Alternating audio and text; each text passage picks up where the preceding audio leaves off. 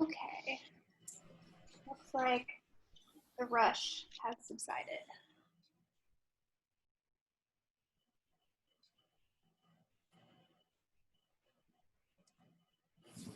Okay. I'm going to go ahead and get started, and then if anyone else tries to join, I think Chase is going to let them in. So I want to start by introducing myself, and then I'm going to let the OO and info staff who are also on this call introduce themselves as well. So for those of you who don't know me, my name is Maggie Woodward. I am a coach at Flint Ridge Preparatory School in Pasadena.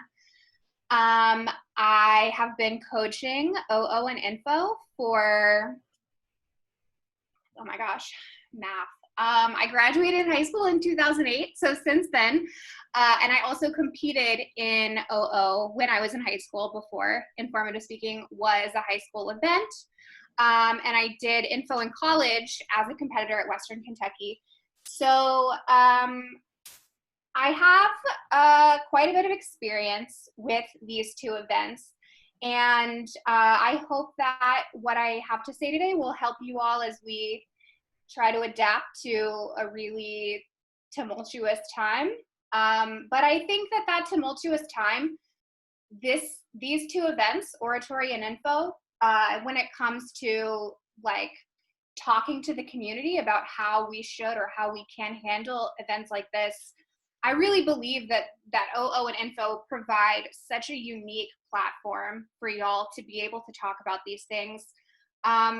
And I would encourage you to, when all of this first started, the quarantine, we wanted to think of this as sort of like just a temporary like pause on life, right? Like everything's going to go back to normal. But I think we have to be prepared for a world that doesn't go back to normal. And in that preparation, you all are going to be like stewards to the community, right? You are the people who are going to, starting next year and beyond, and starting at nationals this year, tell us what we can learn from what's happening now and how we can be better people after the crisis passes. So that's who I am. Let my staff introduce themselves.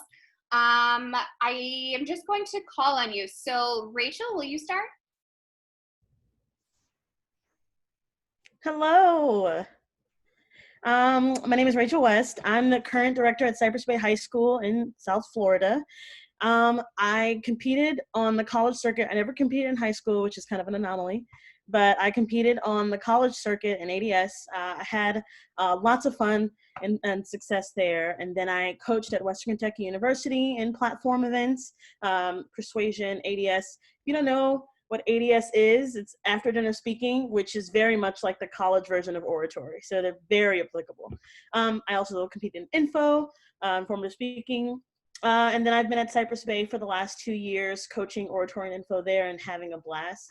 I'm a lover of words and a lover of advocacy, and especially in times like these, I think it's really important to teach the youth how to use your voice to yell change, and that's what I'm about. And so whatever sparks you, whatever inspires you, whatever makes you tick and you want to yell to the skies, I'm here to help you figure out how to do that. So I'm very excited. We're so excited for Rachel to be here. Okay, how about Noah? Hi everyone, I'm Noah. This is going to be my 5th summer of camp with Maggie, I think, which is crazy. I competed in speech and debate for a little over 4 years. I started in middle school, and I'm now in college. I coached last year for the first time at camp with Maggie, which was a really great time. I'm also very close with Rachel. She was my coach at Cypress Bay High School for the last year that I was in high school, and she is one of the most incredible people, so I'm very excited to work with her as well. And Avi, who you'll meet in a moment, is another good friend of mine who I competed with. I am very impressed by the efforts that everyone has made to adapt to the new online platforms of speech. This is not something that I could have like even imagine happening in my years as a competitor. And I'm just so blown away. I'm so blown away by everything everyone's been doing to take on these like new challenges. And I'm really excited to work with you guys this summer. And so, Avi. Hi, everyone. My name is Avi. Avi Gulati. Gulati is my last name. I am a high school senior, but I think I'm going to say I just graduated an hour ago. I just drove home. I thought Wow. I'd keep on I did not know that. Congrats, Avi. Amazing. I just graduated. We had a drive-through, and all of us were, on the roofs of our cars. So that was awesome. I just graduated, and I decided to keep on the suit to stay spiffy for this ISD speech and debate call. I'm really grateful to be here. This is my first time serving on the faculty of a speech and debate camp. I helped a little bit coach speech and debate last year at Stanford, but I wasn't really an official member of the faculty. I'm really grateful, humbled, and excited to work with so many students over the summer this year. I've competed in oratory since 6th grade, so 7 years as a competitor, but 0 years as a coach. So I'm looking forward to my first one with Maggie. I like saying Miss Woodward with Miss Woodward. He does that. I always tell him to call me Maggie. So I'm really excited and glad to be here. Thank you. Avi, if people recognize you, why might they recognize you? I was on the national stage last year. If you've watched my speech, it's about how it kind of offers a critique for the way we think about growth. Instead of thinking about it linearly, we think about it on a more holistic level. I really loved giving that speech last year, and I'm going to be competing at NSDA Nationals this year as well. Yay. Well, we hope to see Avi again, but not going to jinx anything. So what I'm going to do is go over some aspects of adapting to, sorry, I'm just pulling up my PowerPoint so I can share my screen. I'm going to be asking Noah, Rachel, and Avi to chime in occasionally, or if I have questions or something that I don't feel is my area of expertise, I might ask them to chime in.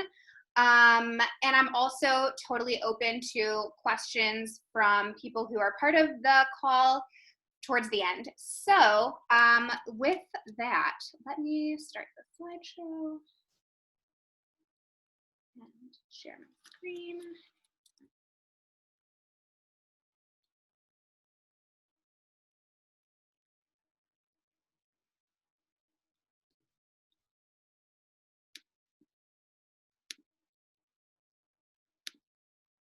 Okay, so can everyone see the screen? Okay, this is what we're going to cover during this call. So first we're going to be talking about making videos, some specifics, some technical things. We're going to talk about how you might adapt your content to video. We're going to talk about incorporating VAs when you're recording.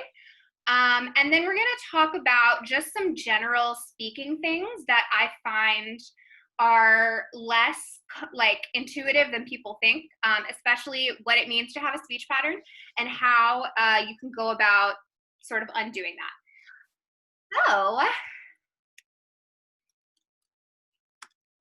all right. So this is the first thing that I want to go over. This might be a little bit more technical than you've encountered if you've done any of these other demos. In addition to being a coach, I am also currently getting my PhD at USC in film studies. So I actually have a lot of experience in learning to adapt recording and also doing things really cheaply because I don't have professional camera equipment, and I'm guessing that most of you don't either. So this is how you can shoot things on your iPhone, how you can shoot your speech on your iPhone, while making the video appear very professional. So this is all going to be things that you access in the settings of your phone or in the settings of your camera, depending on whether you have an iPhone or an Android. But all of these options should be available on an Android or an iPhone. So first of all, when you choose the resolution, keep in mind that 4K is going to be a much bigger file size. I'm sorry if this gets really boring at first, but I think that the technical specificities are important. So, oh, I didn't mean to do that. Okay. Yeah, so make sure that you have, if you're recording in 4K and you're recording a 10-minute speech, you want to make sure you have enough storage on your phone, or it will just, you'll record it and it will never save and it'll be lost forever. Frame rate, oh my gosh, sorry. Same thing, the higher the frame rate, the smoother the video, but the bigger the file size. Generally, I would say 30 frames per second is fine. You don't need to do anything more than that. Make sure that you clean off the lens, because sometimes we don't even know how blurry the little camera lens has gotten on our phones. Let's see. So in terms of lighting, these are, since we've moved to online formats, I've judged info and OO rounds online. And so I've seen some of the common ways that people frame themselves that isn't necessarily ideal. Not to say that that's going to hurt you in any way competitively, but if you can, you know, create a more like amenable frame for yourself, that's what you want to do. So try to record in a place where the light source is coming from the side of you. If you stand in front of the light, you're going to look like a silhouette, and we won't be able to see the really important things we need to see, like facial expressions. Make sure you lock the focus on your phone. So if you are recording and you're looking at the screen, you can tap what you want your phone to focus on and it will lock there. So if you have someone else recording you, or if you have your phone on a little tripod or set up somewhere, make sure you do that so that during your speech, your phone doesn't try to hunt for focus the whole time. That will distort the video. So another thing is to pay attention to the room you're recording in. I've seen some speeches recorded in really big cavernous rooms, and that actually has an echo effect that makes the sound quality not as great. So even though a big empty room might seem like it'll be cooler, it seems like a big stage, it isn't the best sound. So I have two recommendations. If all you have is a big empty space, I would suggest getting a very cheap USB microphone. I use one. This is what it looks like. It's very small. And mine is actually not USB. It plugs into whatever that kind of port is called. This cost me like $10 on Amazon. So you can either make up for the lack of good sound in a big space by getting a cheap USB microphone and just sort of attaching it to your phone so that it's picking up the sound a little better. Or you can choose to shoot in a smaller room that won't have echoey sound. And then I would also recommend not framing yourself in a way that requires you to zoom in. iPhone cameras use a digital zoom, which really degrades the image. So instead, just walk closer to the camera instead of trying to zoom in. Okay, so before I move on to the more interesting stuff, does anyone have questions about all of that? That was very technical.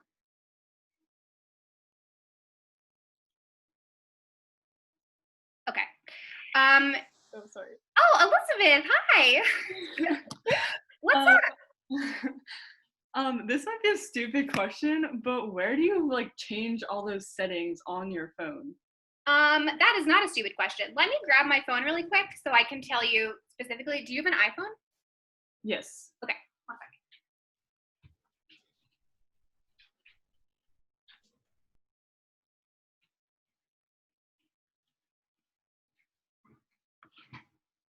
Okay, so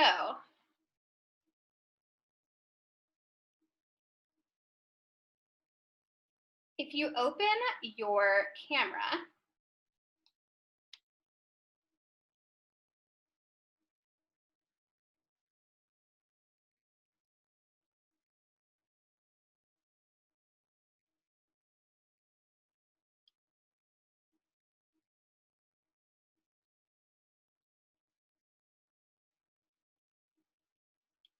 okay, so when you open your camera, it's not going to, you probably can't see my screen.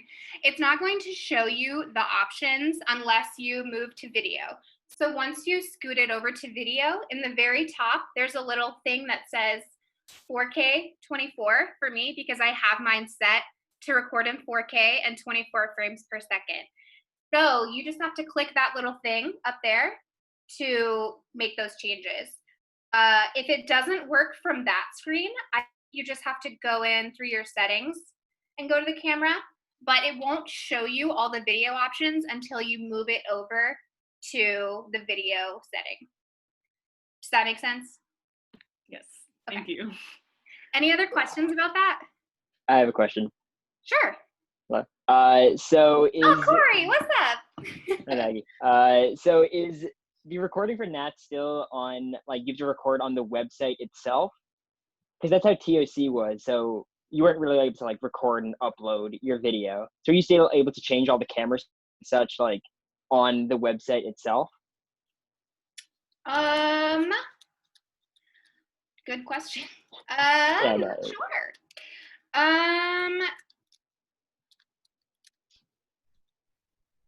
Because for TOC, I noticed there was like a certain ceiling that the quality could hit through the client they were using. Like they were using like Adobe Flash. So even if your camera's quality is whatever, like I think most phone qualities are like much better than what the platform could actually do. Mm-hmm. It might be updated. I hope it is. But you know, I was curious. So, okay, that's how it worked for the TOC. For TOC, you had to like make sure you had the right version of Adobe, and then you go on the website, click record, and then you could like play back the video to watch it once and then submit it. You don't upload anything. Well, if it was through Adobe, if they do Adobe for Nats, Adobe has all of these options when you use their like editing software. So hopefully those options are available if you like can click through and find them. But the Adobe software we use at USC, and I know that they have those options. Okay, perfect. Yeah. Thank you. My understanding is they're using Classroom Cloud, and we have to log in on that to record our stuff. Okay. I don't work for the NSDA, so I don't know exactly what options they give in terms of recording. If they don't let you do things like change the framing or the quality of video, everything else, you can still always attach a USB microphone to your computer and record through that software. Rachel actually, I believe, has some really good tips for lighting that she can talk about in a second. So even if you can't change the specs on the phone or on the computer, you can still sort of make your environment as amenable to shooting as possible, and you can still have you can still use like things that will enhance the quality of the video. I try to look at what you were doing, and on my Android, it doesn't have those settings. Oh, Android doesn't? Doesn't have the same settings. I mean, but I have a 9 and not the new 20, or I have a 10 and not the 20. And, you know, so everybody's phones are different as well. But, you know, right. So if people were using a software through the computer, it probably could be more consistent.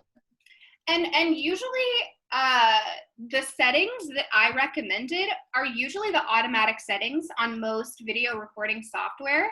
Sometimes our iPhones get put into a different setting because of things that we've done or like changes that we've made as long as we've had the phone. So mostly those recommendations are just making sure that that's what your phone specs are set at, and not necessarily that you need to like overhaul your software. Yeah, Elizabeth, just to finish, whether you can do it on your phone or laptop, if you can access the camera on your phone, then you go to settings, search up camera in setting, and don't click on the first one, you click on the second one, And then where it says record video, press record video. And then there are a bunch of options there for how you want to record your resolution. That's for all the iPhone users. That is so helpful. I could see your screen very well. Thank you for that. Okay, so then Rachel, do you want to talk a little bit about lighting? I know you have some expertise in that area. Expertise is an interesting word. As a failed and aspiring YouTube artist, yeah, there's a lot of ways to make your lighting work for you.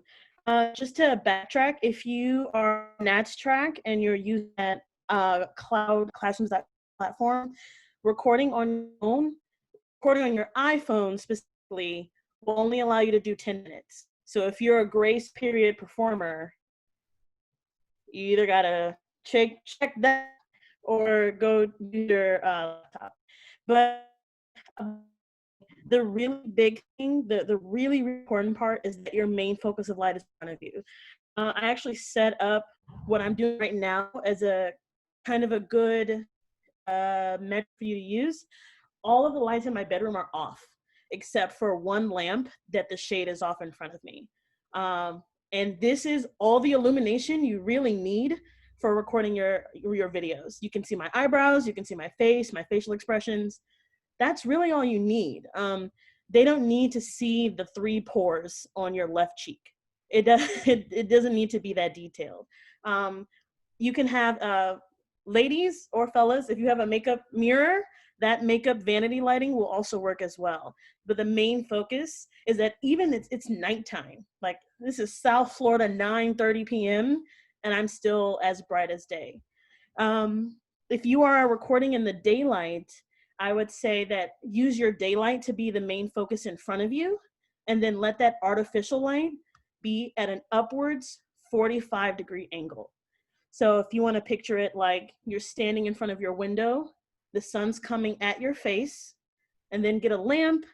If it's just a table lamp, try to stack it as high as you can and put that lamp like here and take the shade off, or put whatever light source you have, but like a very open, blaring light source at a 45-degree angle.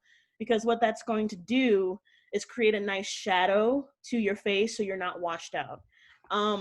It's gonna make the camera quality work for you, because at the end of the day, you don't have professional equipment. Not many of us do. But that natural lighting in the day and that artificial light at upwards 45 is really going to get you as close to professional looking lighting as possible. And you'll be really surprised by the outcome, I promise. Try it out, test it out. It's really cool. Thank you. All right. Noah and Avi, do you all have anything else to add about like technical things or setting up your environment? You see that light over there? You don't want that. Awesome. Okay. I'll just say quickly, work with what you have. Like, your judges know that you can't, like, you're not expected to have a professional set, because while you're recording in your bedroom, your judge is likely judging from their bedroom. So don't stress if you can't get all of your furniture out of the way. Little things that you can work on, like I have a bunch of posters behind me. I probably wouldn't if I were taking a video, but really, like, these are all tips and tricks. But you don't have to be able to do every single little thing. Every little bit makes a difference. Okay. So on that note, I'm gonna share my screen again and we move on.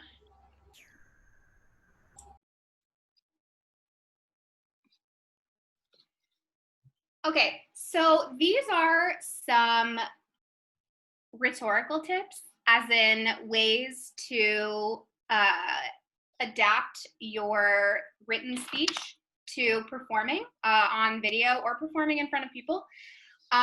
These are some common things that I hear in speeches, and I feel like I've noticed them more watching online.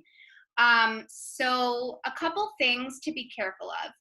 I would go through your speeches and look at where in sentences that are sources, where you attribute the source. You know, when we're reading papers, we're often given the advice to sort of like add variety, right? Like, don't have every source sound the same. Don't have everyone introduced at the beginning. But when we're speaking, it actually helps with rhythm if your sources are tagged at the beginning. If they're tagged at the end, then what you're doing is ending a sentence on the least important part of the sentence, right? If you end at the source, that's the last thing you say. And if the source has something really powerful, then you sort of undercut that by saying, as the New York Times stated. So I go through and try to, unless it makes no grammatical sense, move your source tags to the beginning of sentences. Make sure that you are always referencing the we have a problem, not you have a problem. I think that those kinds of small rhetorical things that might not seem as pronounced in person, online, they translate more, they're more abrupt, sort of like, oh, that takes me out of this oratory. So make sure everything is inclusive language. The rule of threes. Oh, no. Noah, do you want to talk about the rule of threes? Sure. So here in original oratory and informative speaking, and just conversation in general, we love a rule of threes moment. What that means is if you're making a list, if you're listing things or just giving a list of examples, really just listing things here, things sound better in threes. So what would a simple example be? It happens a lot, usually in like joke structure. Yeah, oh, definitely in joke structure. But even in like a serious moment, if you were saying like, this is a problem prevalent in New York, Chicago, and Houston, like little things like that just make your sentences sound a little more full and complete. But even better, in humor, it can make a joke sound better and more complete. And the best thing about the rule of threes in a joke is the third prong of your list is usually where the punchline is. Yeah. Yes. I want to add that in Latin, they call it the tricolon crescens, you know, the word crescendo, so that when you're using the rule of threes, there should be an increasing degree of rhetorical effect when you get to the third one, which is what Noah said. And I'll also add that because you want that increasing degree, what you wouldn't want to say is, this problem is prevalent in New York, Chicago, Houston, and many more cities. You don't want to end on more or etc. Instead, you would say, this problem is prevalent in so many cities. Take Houston, Chicago, or New York. So you want to end on the rule of three, not end on the rule of there's infinite more. Right. Beautifully said. There are a lot of things that we are told to do when we're writing papers, right? When we're writing things in the same kind of subjects that we would write an oratory about. Those rules sometimes apply to oratory, but more often than not, we need to adapt the way that we write to sound better when we say it aloud. Information translates differently. We comprehend information differently when we read versus when we hear it. And repetition is a really, really great way to help people comprehend what you're speaking. So those are just like sort of some general tips for writing that I think you'd have time to implement before nationals. Another thing that I think, I keep accidentally clicking that. Another thing that I think it's important to ask yourself is how your speech, your topic, each section of your speech is affected by the changes happening in the world now. Because I think that if it's very obvious that the thing that your speech or your causes, your effects, whatever, are affected by a world in quarantine or changed by a world in quarantine, not addressing that is going to leave you open to judges who say, well, what about everything that's happened in the past few months? And also, I think, it gives you an opportunity to show people that you're thinking critically about what's happening now, and you're thinking like an orator or somewhat, you're an informative speaker. You are invested in helping the world benefit from what we're learning. So it's not like you want to throw in some like contemporary topical reference just to do it. The point is to show that you are thinking about what is changing and how you have to change along with the world. So I think one place that we're going to see affected more than most are solution sections and implication sections. So solutions in your oratory, are those solutions that you have possible in a world where we're socially distancing? I think you have to ask yourself those questions, and if not, you need to include some sort of adaptation to that solution, or you need to acknowledge that that solution won't be possible until social distancing is over. The same thing for your implications and info, right? Ask yourself if that implication is still exists in the form that you wrote it in a socially distanced world, in a world where we're living in quarantine. Those kinds of questions, will make your speech much more interesting if you can address them. And I think it's also like vital information, right? Like what we're experiencing now in the world and in speech and debate is truly unprecedented. But when something is unprecedented, that means that if you are trying to, keep this community alive, you're doing something historic, right? You're making history literally right now by competing in online nationals. Who knows if this will ever be a thing again, but it's a thing now, and it's a bridge between this world, a socially distanced world, and the world that we're used to. And I think that you have to think of yourselves as that bridge. And the people who are going to do well at nationals this year, I think, are the people who are taking that seriously and who are really thinking about what that means for the community. Okay, so that was really long-winded. Does Avi, Noah, Rachel, do you all have anything to add to that before I move on? Yeah, I would just say that a global pandemic is far-reaching, and it affects nearly every aspect of our lives. So don't feel that if you try to talk about it in a way that it would feel like a stretch. I highly doubt talking about something that affects every human on earth, it would be near a stretch. So it's really cool to ask yourself, how does the problem that I'm talking about, the issue that I'm talking about, how is it exacerbated by a global pandemic? Yeah. Make sure your humor is not too facetious. In a global pandemic, you don't want to be satirizing something that's serious. So I just consider that. You can obviously make jokes that, the context of the situation, how we're all responding, but you don't want it to be too testy. Definitely. And that brings up another thing that I would advise being careful about, which is using the current crisis manipulatively.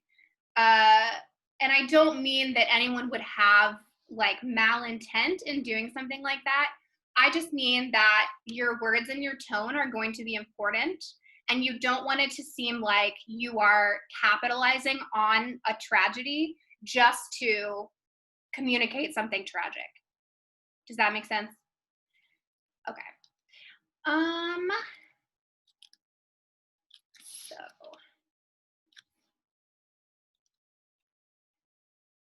all right. Now let's talk a little bit about VAs. That's a kind of abrupt topic change, but I think it's pretty important to what a lot of you all are thinking about right now. So one thing I've noticed in judging some of these online rounds is that your VAs are not doing what you think they're doing anymore. So I think we need to be very, very careful about the use of VAs in a recorded video. And I think this is also a time to sort of like question the necessity of certain VAs. You know, I feel like as info has become a main event and it's become more enmeshed in the community, there have been certain expectations placed on the use of visual aids in info. And the pandemic and the quarantine and the fact that VAs aren't as translatable via camera, I think gives us a great opportunity to sort of question what's happened with VAs and info lately. So use this opportunity to ask yourself if every VA that you have is necessary to our understanding of the speech. Rachel and I, who are familiar with college info, it's a very different way of approaching VAs. You are basically penalized if you use an unnecessary VA. And really, when I was in college, I hated having VAs. I hated carrying them. I chose topics based on whether or not I would have to have VAs. So I think let's try to start like erasing the mentality that VAs are mandatory, because they're not. They are not mandatory. And yeah, so another spiel about VAs over. But now let's talk about VAs on camera. So one of my students let me borrow her boards and her stand. So I just want to show like a little demonstration. I am recording in a really small room right now. This is like a half bedroom office. And can you see what's on these VAs? Sure can. And they're like, I would say there's 5 feet of distance between the camera and the VAs. So I don't necessarily know what the answer is in terms of how to adapt to video recording and making sure that people can see this. One thing I suggested to some of my students that they might be able to practice is maybe instead of relying on the stand,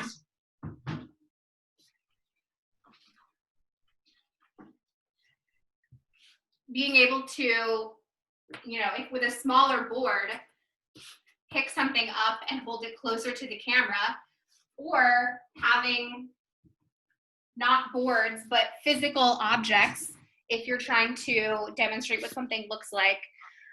Think of like when you're in a doctor's office and they have like the teeth, those kinds of visual aids are gonna be much more effective on camera than the boards.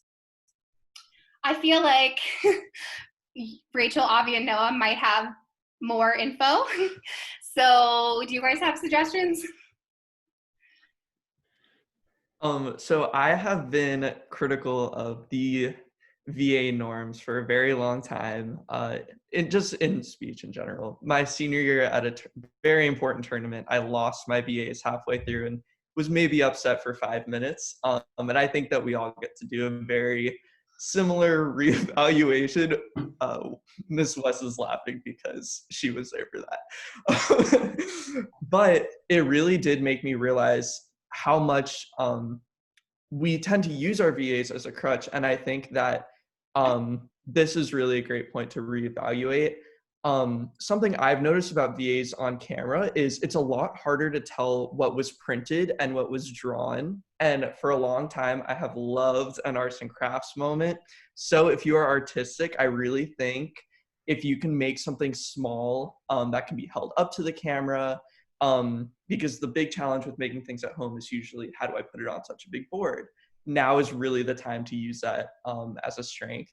And yeah, just really ask yourself, is this visual aid necessary? And avoid text. Usually in general, it's hard to see that across a classroom, let alone on a camera. So small text, maybe even just text in general, images are a good way to go. Yeah. Emphasis on interact with your boards. I have one of my teammates, and this is the same online and in person when you're an infoer, but online even more so. I have an info teammate, she has an info on makeup, and especially for NSDA Nationals, now she has a whole, 45 seconds in her info where she is doing makeup on a face on her board. So she wouldn't just, you wouldn't want to reveal. Wait, let me show you 1 second. I have an info over here. So I did info at ASU. This is Beyonce's face. And what I did was, what my teammate did is she had Velcro. My info was on facial recognition. So I was analyzing her biometric signatures. So my teammate, she kind of had Velcro and she was taking off different parts to reveal the makeup that was on her board. But what I recommended to her instead is to go on her board and start doing the makeup instead of revealing parts of the makeup. So you want to interact with your board as much as you can, especially for online nationals. Yeah, and that actually, Avi, thank you so much for pulling that out, because one thing that demonstration just showed me was the Velcro sound on a video. Those sounds, if you're holding a VA and your voice is right here, they're going to be similar volumes, which wouldn't happen in person. So I would suggest, if you have things that you're taking off the board, trying to opt for a more silent thing. Yeah. But thank you for pointing that out, because I hadn't thought of that. Mm-hmm. Yeah, I mean, I agree. I absolutely wholeheartedly agree with everything said before. I think something that's also really important is that your whole body doesn't need to be in the shot. Unless you are communicating with your legs for some reason in your oratory and info. If you are, I would love to know your tips. But they don't need to see your legs. They really just need to see, like, not even your belly button. I mean, like, you're really that up close. I've been telling people to think of it as like you're hosting like a late night show. You're obviously not sitting down, but all you see is the upper half of their body, and that's really all you need. You just need to see their face and your hands. And I think that's going to be able to communicate better, since you're dealing with boards that you're not standing far away and asking them to see something that far away as well. So get as close as you can, hold those boards, absolutely interact with them, and treat it like a PowerPoint. Don't use text. Make sure you're using visuals over text, because those are going to stand out more and be more easily read by the human eye. Yeah, I agree. Anything else about VAs? Do you all have questions about VAs, about your own VAs, or just general? I have a question. Yeah. What about movement? So like if you're doing an informative or an OO, you would do movement, a 3-point movement or move. Would you not move if you are up close and doing that personal? Would you just stand there and do your piece? Or stay on one side of the VA and never go to the other side? Yeah, so that the walking is also going to be affected by the video when you have the kind of standing VAs like that. Quickly, in OO or in an info without like VAs or lots of VAs, I think that you can do the traditional sort of like 3-step walking pattern. Just you're going to have to limit the steps that you take. In a situation where you have boards like this and you're, trying to walk, I think what you're going to have to do is probably trial and error with the framing and with how close you are to the stand and to the camera. That I think that you're going to have to record yourself, watch it back, see if it's possible to see the VAs, see if you're like blocking them physically. And it just might take a few recordings or a few tries to get it right. But again, I think that if you decide to sort of adapt VAs in a way that doesn't require a stand, you're giving yourself a lot more room to move around normally. And one thing you could do is, let's say I didn't have the stand and I'm giving my speech here and I have a VA just in front of me that I can pick up. And that way I'm not having to reach behind me, I'm not having to look behind me, and I'm not having to like navigate around the stand. Yeah, I'm an advocate for movement as well. Movement adds variety. So you don't want to watch a lecture, and I think that a stagnant body kind of gives the visual of a lecture. For infos, if you are interacting with your boards, you naturally are moving already. And I think the movement for info will become a little bit more organic. And I can see it falling out of that natural triangular structure, especially if you're interacting on this side and then you need to move over midpoint and interact on this other side. And don't be afraid to break those structures, especially if you are trying to be as organic and personable with your audience. It's okay to just shatter that triangle. For oratory, you're not really dealing with a VA, so you can stick to, I mean, I'm sitting in the center, but I can move over to the side, come at you over here. And I can move over here, come at you on this side. It's still adding some interesting variety. I'm just not moving nearly as much, but it is movement. Yeah, the walk, I think the thing to keep in mind about walking is that its job is to signal transition, right? So it doesn't matter if you're actually walking across the room. If we can see physically that you are transitioning to a different point, then the walk is as effective as it is if you're going across a full stage. So as long as you can communicate that there's a transition happening, you'll be fine. I had a question about VA. So since I recorded my info the last time, I added a section, and the way it's written right now, I would be like making a VA with just like, because it would just be the paint or whatever I have at home. Should I risk it? No, but like should I just write it so that it doesn't need a VA? Because I wouldn't want it to just like be bad for no reason. Not necessarily. I think it depends on the kind of VA that you're envisioning.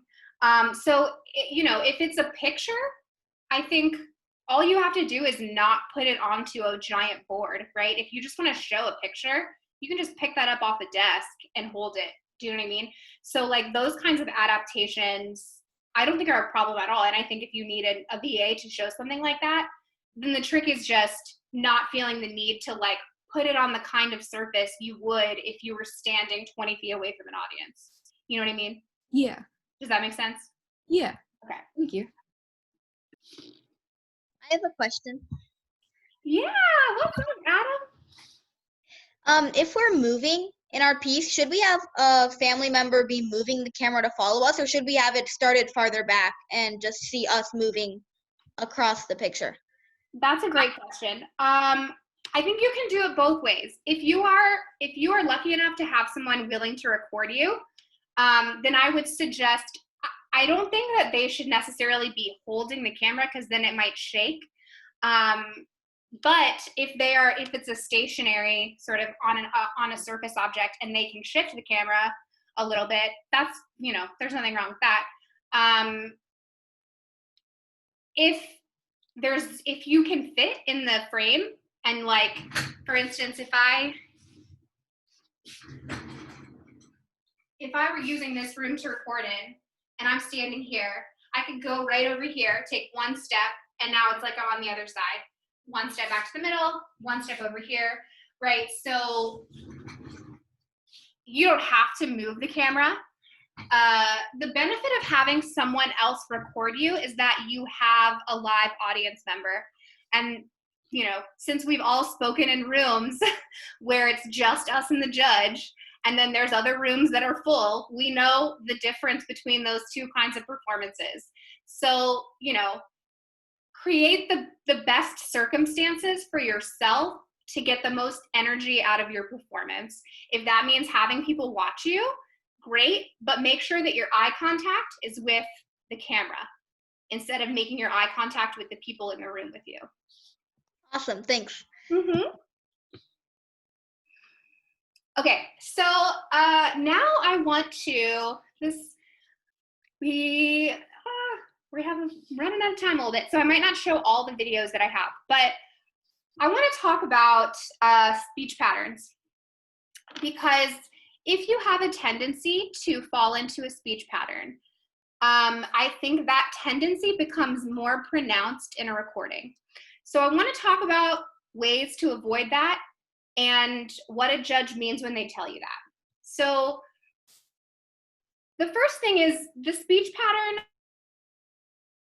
happens comes out in moments of high emotional intensity. And here's what happens. When we are trying to communicate intensity of emotion, sometimes we opt to elongate the vowels in our words. So you might hear people say things like, this problem affects, you know what do you see how those vowels, and it makes it sound sort of like bouncy and sing-songy, which isn't the tone that you want when you're communicating something like that. So I want to watch I'm going to show a couple clips. This might seem strange, but I am showing clips from movies and TV of actors who I think are doing a really, really great job conveying emotional intensity with quiet. So we'll watch a couple and talk about what they're doing, and then how you might be able to do that yourself. So let me share my screen. While she's pulling that up, I just want to say, do you see how bad my lighting got once I turned the front lamp off to turn my bedroom ceiling light on? The powers of front lighting. That's all I gotta say. Okay, can everyone see the screen? Okay, so this clip is from the movie Joy, which is very underrated. But this clip is, I want you to pay attention to Jennifer Lawrence, her character, and how clear it is that she is furious, even though she's so quiet. Maybe my product is better than your product. I can do what you did on TV. It's not that hard. Isn't that the whole purpose of that channel? Is that everybody could do it? So what your sister does is not easy, but what we were planning to do is not that difficult. Listen to me. Never speak on my behalf about my business again. Whew. Isn't it so good? It gives me goosebumps. But like, what she's doing here is something that I highly, highly recommend for the emotionally intense parts of your speech. She is clipping those words, and the power is coming from the spaces around the words rather than the pushing of the words themselves. So let's watch another example of that from the same movie, and then we can talk about how to create that. Wait. Oh.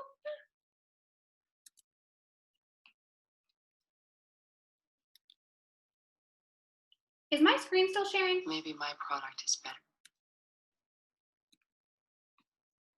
No.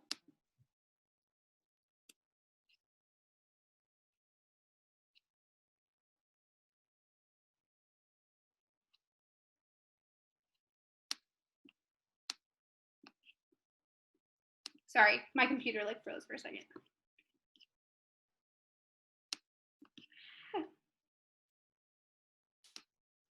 Okay, good.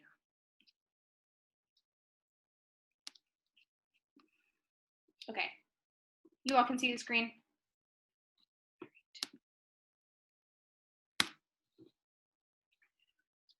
You have no case. Maybe people think you came to Dallas in despair.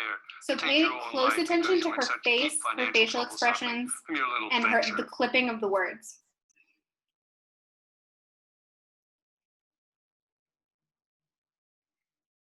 I made a phone call this morning to Hong Kong. It was 1 a.m. in California, but it was 5 p.m. the following afternoon in Hong Kong. I always think it's amazing how time works like that.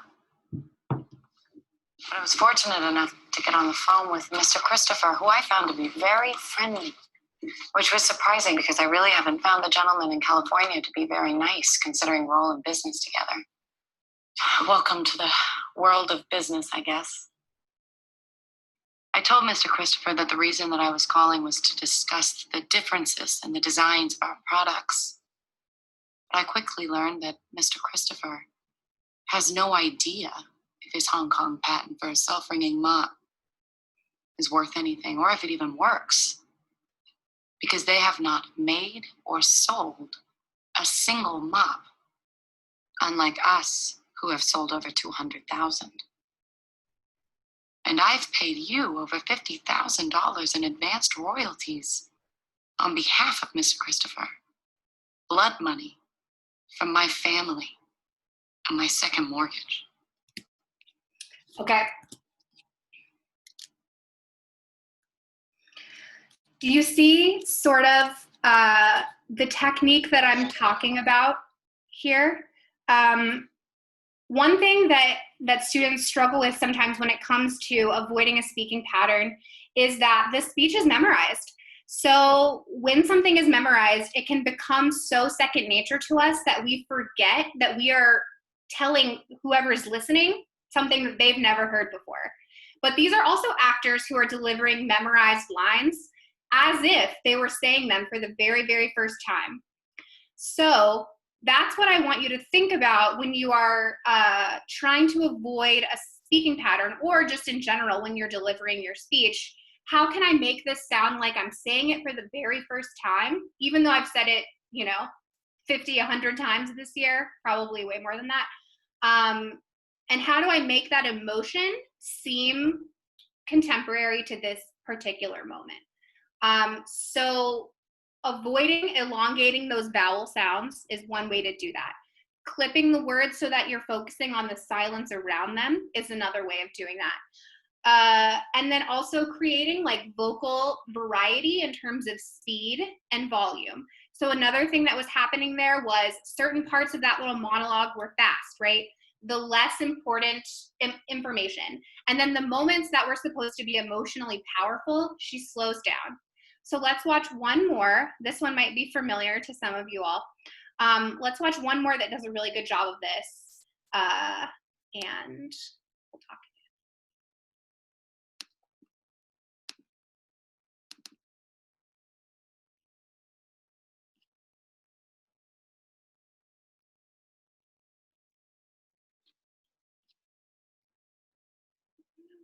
Oops.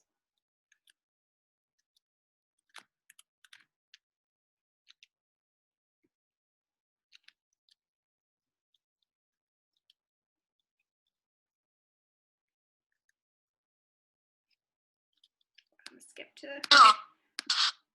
Hours and hours. We have some pieces from Banana Republic. Well, we need more, don't we? Oh, this is what do you think? Yeah. Well, you know me. Give me a full ballerina skirt and a hint of saloon, and I'm on board. But do you think it's too much like a La Croix from July? I thought that, but no, not with the right accessories. It should work. Where are the belts for this dress? Why is no one ready? Here. Tough call. They're so different. When Meryl Streep starts her monologue in a second, that's who I want you to pay attention to. Pay attention to the tonal variety, the variety of speed and volume. Oh. No, nothing's, it's just that both those belts look exactly the same to me. I'm still learning about this stuff and, This stuff? Oh. I'm so sorry. Ah! No, sorry. Where are the advertisers? We have. Where are the? Here. Tough call.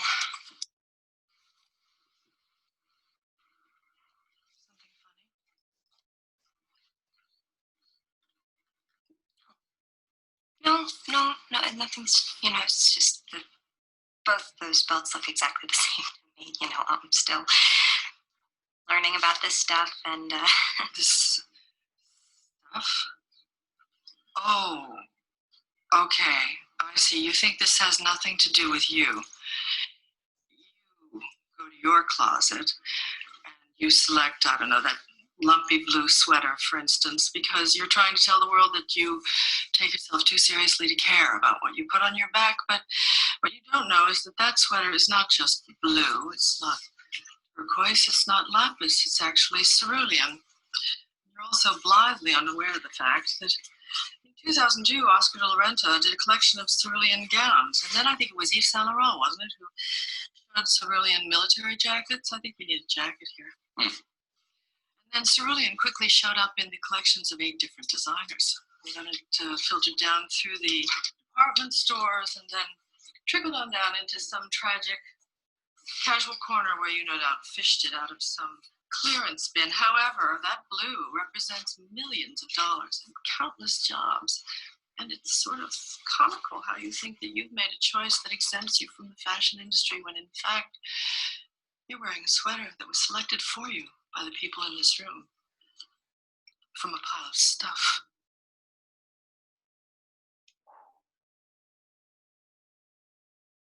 Amazing scene. Another thing I want to call attention to that she does there is how she takes a single word and makes it the theme of that entire monologue. You can go back and watch this clip whenever you want, but the word is stuff. She starts with that word and then she ends with it, right? She brings it full circle. And that kind of full circle rhetorical strategy is so effective in oratory. If you can find a way to have a word, a phrase, something like that, that you can say tonally in very different ways throughout the speech to call attention to how totally, like, how we use certain ideas or certain topics affected by, causes, effects, solutions, whatever. If you can demonstrate that with the sound of your voice as well as what you're saying, you're going to be able. So think about ways that you can steal that from, or just, and another thing she does there, all three of those clips we just watched are three people who were clearly very emotional in those moments, right? There's a lot of anger in those moments, and none of them raised their voices. The volume was low. And that is something that I think people really underutilize in oratory and info, is that the lower the volume, the slower the pace, the more we are listening to you. It is so compelling when people get quiet and slow. And if you can do that, you will have control over your audience.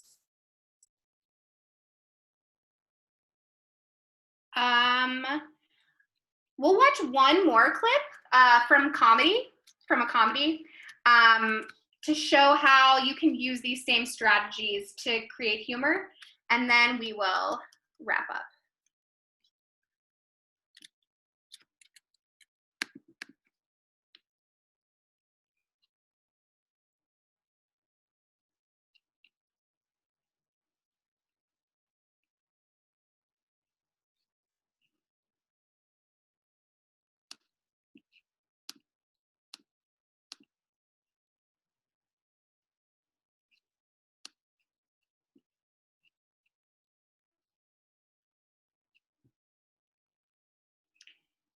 So this is from the TV show Brooklyn Nine-Nine. So this actor, his name is Andre, I don't know how to say his last name, Brower or something like that. But he is so good at isolating each word and delivering it in the tone it demands, right? He doesn't just let the sentence lead him. He leads the sentence. He says every single one of those words exactly how it needs to be said. And I think that is something that also happens when we've been giving the same speech all year. We forget what each word is supposed to do in each sentence. What word should be the focus of this sentence? What is the most important part of this sentence? And using your voice to signal those things, like I'm doing right now. Like the way that I'm saying this, I am signaling to you with my voice what is important. And that is how you keep your oratory fresh, is going back through and your info, going back through and making sure that you are giving each word the attention that it demands in the context of that speech. Okay, so that is what I had prepared to go over. We are at the tail end. We're actually gone over time, but if you have questions, I don't have anywhere to be, so I'm happy to answer any.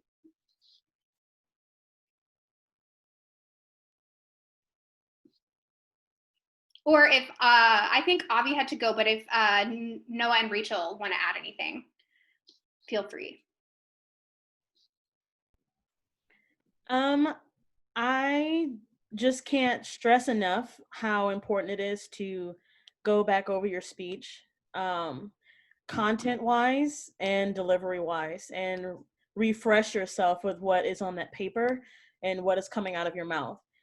It is terrifying a little bit, like, and I like, fear shouldn't be a motivating factor, but you should feel that this is different and this should be a little bit scary, because the difference between performing for someone live and performing for someone on a screen is that they can pause. They can pause you and they can rewind. So if you do something crazy, if you say something crazy, that can't just slip, right? That can't fly over their head. If you're like, I have a line that's been sus for 6 months, but no, they don't know it because it's been sandwiched between these two fire lines. They're gonna know now because they can hear it and they can pause. So it's important that every fiber of your speech is something that you're confident with and something that you want to be published. That's what this is. You're publishing your words now. When you put it on the screen and you record it and you save it, you are publishing your work. So make sure what you're putting out there in the world and you putting out there for your judges is something that you want to be played over and over again. Make it your proudest moment and make it something that's concrete and that you feel that deserves to be played over and over again. And things are going to change for you. There are things that are going to change that you can't necessarily get away with in person. That presence factor that is so untangible, you can't grasp it, but when you walk into a room, you can feel someone's presence. What does that mean when you have to do it through a screen? Ask yourself, how do you communicate what your essence is through a screen? And those are all questions that we can't answer for you. And it just takes a little deep diving within yourself and what your screen personality is, because it's a big switch, at least in my opinion. But that's what I have to say. To prepare, just make sure that you are confident in everything that comes out of your mouth. Very well put. Something that I'll add is that a pressure I would often feel going into nationals that I think can really be amplified in an online setting is this pressure to stand out, to have like this bigger presence than everyone else. And a lot of the time that can manifest through trying to be loud, trying to be more performative. And I cannot stress enough how important I think it is to really resist that pressure. What's going to make you stand out in any round, but especially in one that's so intimate where it's just you and the judge on a screen, is by being subtle, by being careful, and by being thoughtful about what you're saying. And by not just like having smart word choices, but explicitly avoiding these like large performance techniques and big, bold sentences, I think you can really make yourself stand out. Someone asked a really great question in the chat about gestures. So I think that, gesturing should be pretty much the same sort of process that it is for you in person, in that the gestures should be deliberate. They should have a beginning, middle, and end. But the thing that you're going to want to pay attention to is where your hands are when you're in the frame, right? So right now you can't see my hands, but you can see my elbows. So that means that if I were to gesture lower, you couldn't see the beginning of the gesture, which makes it look really awkward. So make sure that however you're framed, whenever the gesture is, we can see it in the screen. Some people talk about, my coach always called it the gesture box, which starts at your hips. But if you are cut off before the hips, your gesture box will need to start at the bottom frame of your camera rather than below, Another thing, this is not necessarily about recording, But gestures, this is a problem that a lot of female competitors have, female identifying competitors, is a tendency to not want to take up as much space. So a lot of times girls will keep their gestures, your elbows locked to your sides. I want you to try to resist that temptation, right? Gesture as big as you can, separate your elbows, take up space. Don't feel like you need to compress yourself to fit into the tiny camera. If we can't see your hands because your gestures are, we still know that your hands are there. Does that answer the gesture question, whoever asked it?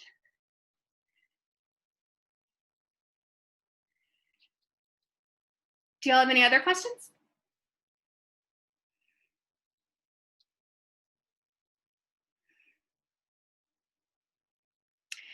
If not, I just want to say I appreciate all of you signing up for this and attending. If you are planning on coming to camp this summer, this is, you know, the interface that we'll be using. And as you can see, I'm still familiarizing myself with some of the technical stuff. I'm not a techie person usually, so you know, we'll all be sort of adapting together.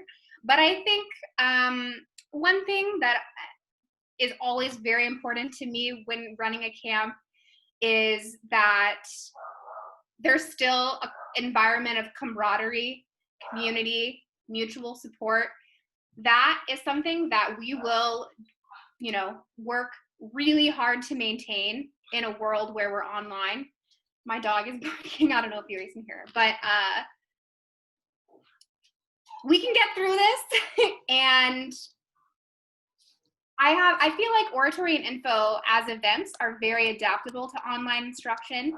So I'm not really worried about not being able to teach things in the same way. It'll just be a matter of trying to keep the community together.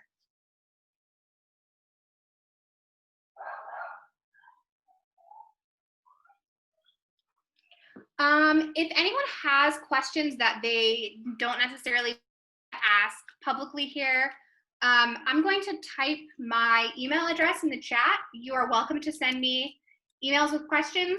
I can't guarantee that I'll answer very quickly, but I will answer as soon as I can.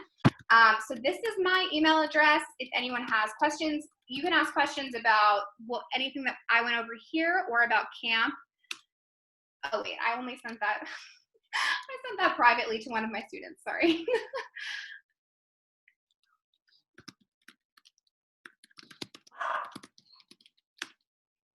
Okay. Great. I just wanted to drop in and say it's so good to see so many familiar faces on this call. We miss you so much from last summer, and we just hope you're all so well. We text about you all and follow your results all the time. And just know we are constantly thinking about you. We miss you. We'll be following along at nationals. And even if we can't like hug this summer, we can hug virtually. All right, well, I'm gonna end the call then, I guess. Unless anyone has any more questions. Chase started it, so I didn't know if I didn't want to know if I need to wait for him. But I think we can. Okay. Well, it was great to see all of you. Thank you for coming. Hope to see you soon.